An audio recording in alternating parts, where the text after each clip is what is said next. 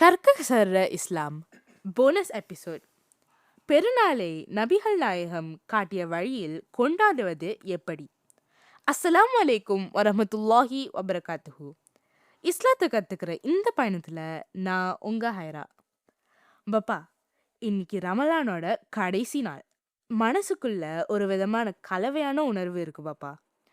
அந்த ரமலான் இரவுகள் நாம எல்லாரும் ஒண்ணா உட்காந்து நோன்பு திறந்து அந்த தருணங்கள் எல்லாம் முடிய போகுதுன்னு ஒரு பக்கம் வருத்தமா இருந்தாலும், நாளைக்கு ஈத் பெருநாள்னு நினைக்கும்போது ரொம்ப சந்தோஷமா இருக்கு. நபி ஸல்லல்லாஹு அலைஹி வஸல்லம் அவர்கள் பெருநாளை எப்படி கொண்டாடினாங்க? வலைக்கும் சலாம் ஹைரா. எல்லோருக்கும் என்னுடைய இனிய பெருநாள் நல்ல வாழ்த்துக்கள். நீ இப்போ உணர்ற அந்த ரமலானுடைய பிரிவு, அந்த வருத்தம், அப்புறம் நாளைக்கு பெருநாள் கொண்டாட போகிற அந்த சந்தோஷம், அது எல்லாமே ரொம்ப நார்மலான ஃபீலிங்ஸ் தான்.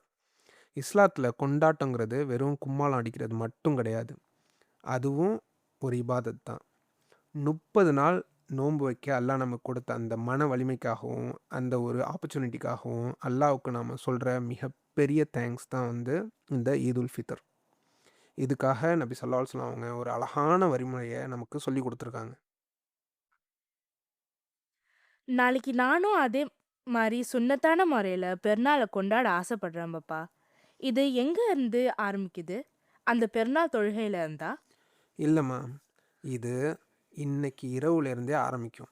அந்த பெருநாள் பிறை பார்த்த உடனே நாம் தக்பீர் சொல்ல ஆரம்பிக்கணும்.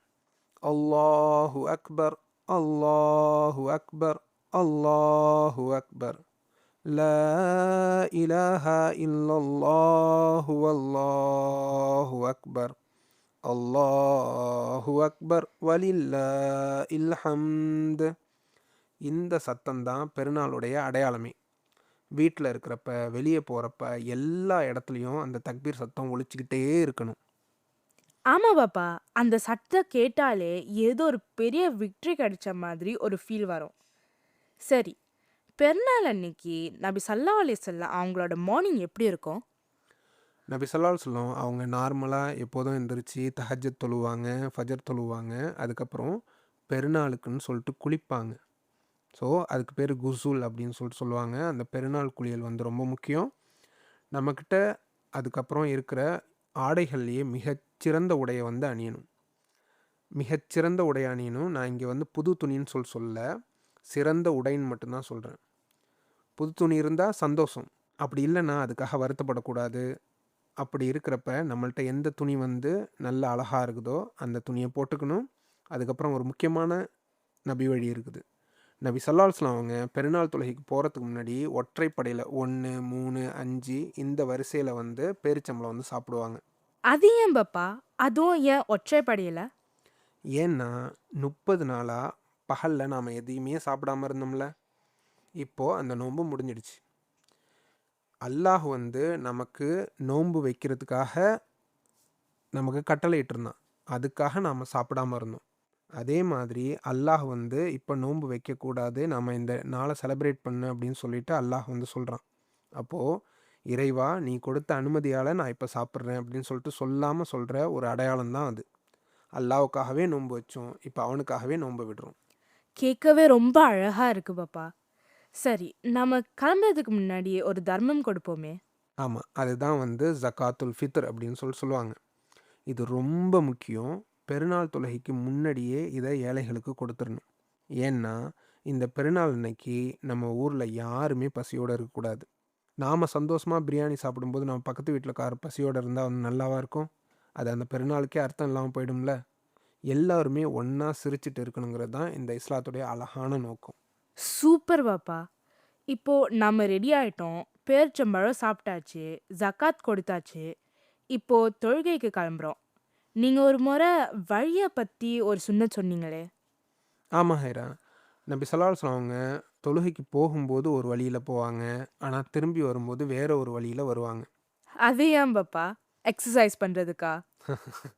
அது கூட ஒரு காரணமாக இருக்கலாம். ஆனால் உண்மையான காரணம் என்னன்னாக்கா, அப்போ தான் நிறைய பேரை பார்க்க முடியும். போகிற வழியில் ஒரு 10 பேரையும், வர்ற வழியில் ஒரு 10 பேரையும் பார்த்து சலாம் சொல்லலாம், பெருநாள் வாழ்த்து சொல்லலாம். அந்த சந்தோஷம் ஊர் முழுக்க பரப்பணுங்கிறது தான் அவர்களோட எண்ணம். அப்போது மக்கள் ஒருத்தரை ஒருத்தரை சந்திக்கும்போது ஹாப்பி ஈத் ஈத் முபாரக் அதெல்லாம் சொல்ல மாட்டாங்க. தக்கபல்லாஹு மின்னா வ மின்கும் அப்படின்னு சொல்லுவாங்க.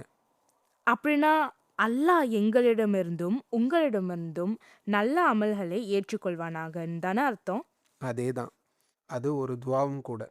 அப்புறம் கடைசியாக ஒன்று, நபி ஸல்லல்லாஹு அலைஹி வஸல்லம் அவங்க பெருநாளை சந்தோஷமாக கொண்டாட அனுமதி கொடுத்தாங்கன்னு சொன்னேன்னு, சின்ன பொண்ணுங்க பாட்டு பாடுறது, அவங்க வந்து டப்ஸ் அடித்து வந்து விளையாடுறது, அப்புறம் வந்து பள்ளிவாசலில் வந்து வீர விளையாட்டு நடக்குதுன்னு சொல்லிட்டு எல்லாத்தையுமே நபி ஸல்லல்லாஹு அலைஹி வஸல்லம் வந்து அனுமதிச்சாங்க அந்த நாளில். நம்ம மார்க்கத்தில் கொண்டாட்டத்துக்கு இடம் இருக்குது அப்படின்னு சொல்லிட்டு மக்களுக்கு தெரியட்டும் அப்படின்னு சொல்லிட்டு வந்து சொன்னாங்க. பாப்பா, இத கேட்டதுக்கு அப்புறம் நாளைக்கு எப்படி இருக்கும்னு என்னால இப்பவே கற்பனை பண்ண முடியுது. நாளைக்கு காலைல பேரிச்ச பழத்த நான் ரெடி பண்ணி வைக்கிறேன் பாப்பா. கண்டிப்பாக நம்ம வர்ற வழியில் மற்ற மக்களுக்கும் அந்த சந்தோஷத்தை பரப்புவோம். இது ஹைரா. இஸ்லாத்தை கத்துக்கிற இந்த பயணம் தொடரும். எல்லாருக்கும் இனிய பெருநாள் நல்வாழ்த்துக்கள். அஸ்ஸலாமு அலைக்கும் வரஹ்மத்துல்லாஹி வபரகாத்துஹு.